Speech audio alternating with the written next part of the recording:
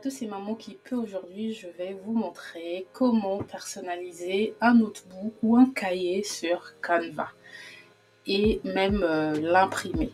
Donc c'est toujours, je le dis toujours, pourquoi pas, ça peut être pour un cadeau d'anniversaire ou simplement pour préparer la rentrée de manière originale. Vous pouvez créer vos notebooks personnalisés sur Canva.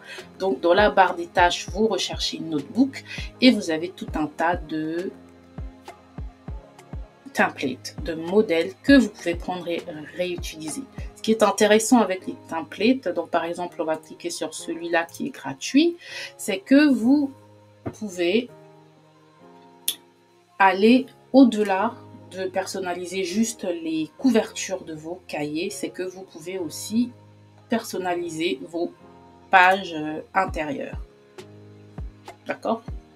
Donc là par exemple, vous avez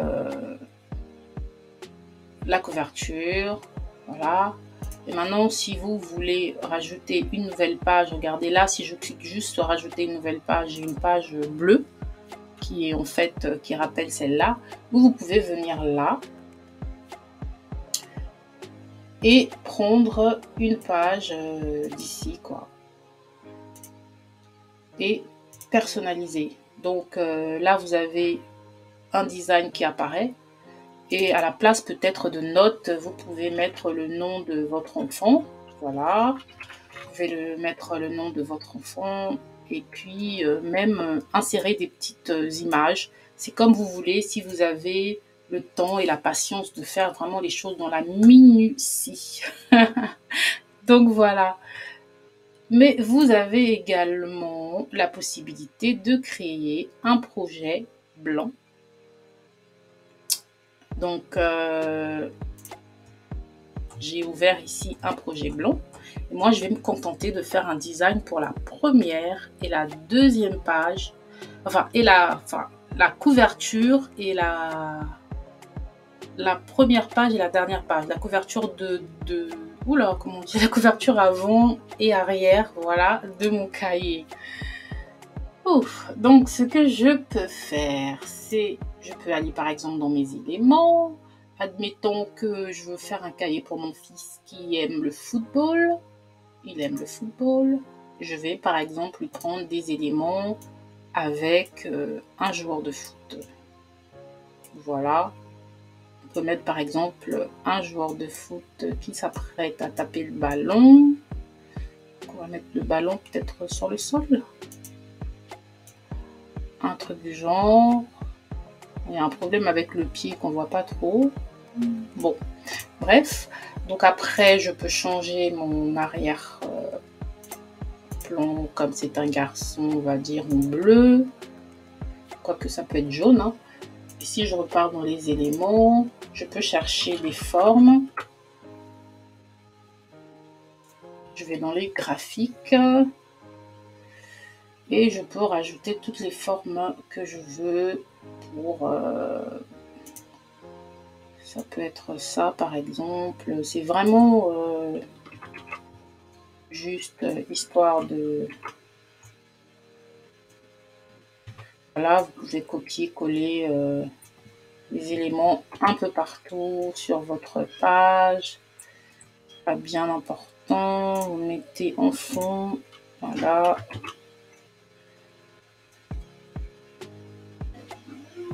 Envoyer derrière. Voilà. Et vous pouvez, je sais pas, mettre ici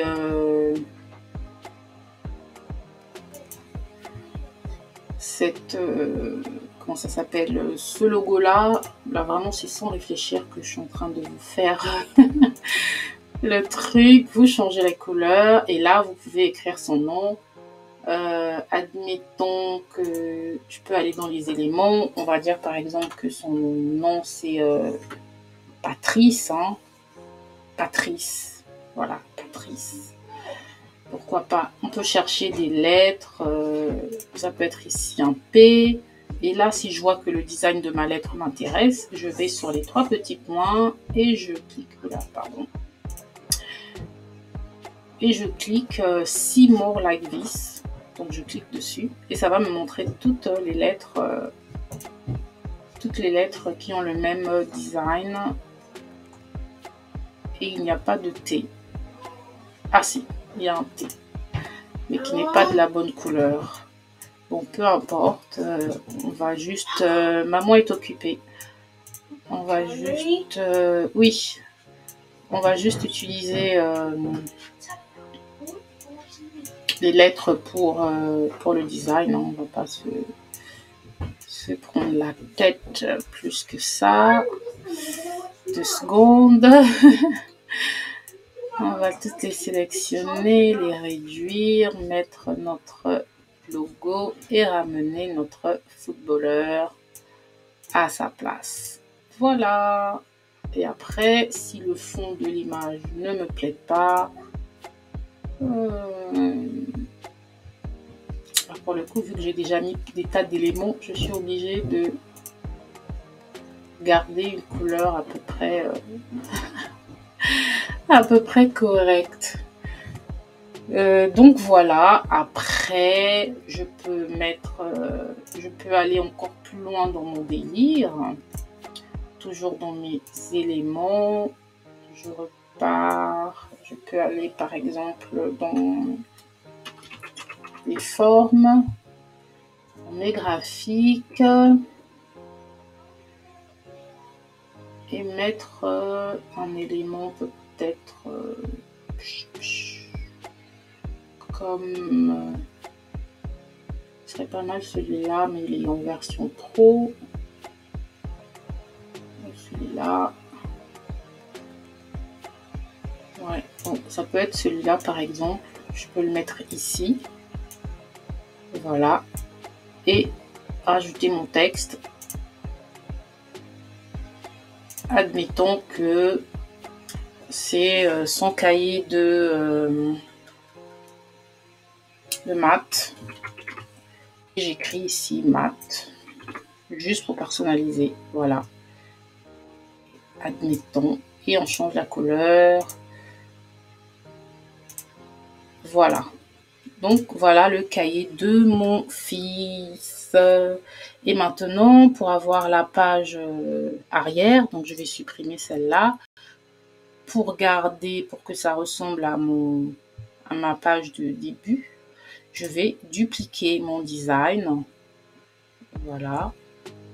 Et vous voyez là, ce que je peux faire, c'est juste supprimer les éléments. Et là, à la place du texte, je vais supprimer son nom. C'est pas ce que je voulais faire. Je vais juste supprimer les 3 lettres. Ici, par exemple, je peux mettre du texte et juste écrire 2022, par exemple, à l'arrière de votre couverture. Donc vous voyez, et là en haut, vous voyez, il a marqué Print Notebook. Vous cliquez dessus. Alors, juste un dernier truc, je vais baisser juste... je vais juste baisser la transparence de mon élément. Voilà, je trouve que c'est mieux comme ça. Ouais. Donc, vous cliquez sur Print Notebook. Et là, vous voyez que vous avez différentes étapes. La première étape, c'est donc si au cas où vous avez plusieurs designs, vous choisissez ici les pages qui correspondent à la couverture et à l'arrière de votre livre. Vous choisissez la taille. Est-ce que c'est small ou large? Donc, si c'est large, vous voyez, le prix est modifié à 20 livres 50. La couverture, elle va être soft. Je crois que c'est le seul choix, hein, en tout cas pour ce design-là. L'intérieur des pages, est-ce que vous voulez des pages complètement blanches ou bien avec d'autres lignes? Donc vous choisissez comme vous voulez, soit avec des bullet points comme dans des listes, soit avec des lignes un peu plus condensées, serrées, ou avec des lignes un peu plus espacées. C'est comme vous voulez. Bon, c'est un livre de maths, un cahier de maths, on peut mettre par exemple, voilà, comme ça. Ensuite, là, on vous met les détails, c'est que vous pouvez avoir un cahier de 160 pages, voilà, avec des spirales noires, comme dans le dessin ici. Donc là, vous avez déjà un preview du design de votre cahier, parce que c'est déjà pas mal. Donc, c'est sûr que pour un cahier, ça coûte plus cher que dans le commerce ordinaire. Mais là, c'est vraiment un design rapide. Mais si vous voulez vraiment quelque chose de plus intéressant, pour 160 pages quand même, c'est beaucoup, vous pouvez faire autre chose qu'un cahier de maths. Ça peut être un cahier de notes. Si votre enfant aime écrire, par exemple, il peut écrire ses pensées, il peut écrire ses histoires imaginaires, tout un tas de choses. Et vous pouvez bien sûr faire un design plus travaillé, vu le prix que vous allez payer, autant faire des choses grandioses. Donc, là, après, on vous demande ce que vous pouvez ajuster pour que votre impression soit parfaite. Donc, on vous dit que vous avez l'option de, voilà, mettre automatiquement que cette erreur soit réparée, notamment par rapport aux bordures de votre design. Donc, vous pouvez voir ça dans les détails. Ensuite, vous pouvez imprimer au format PDF pour vérifier que votre design correspondra bien à ce que vous voulez. Donc, vous cliquez sur continuer. Et là, vous pouvez choisir la livraison.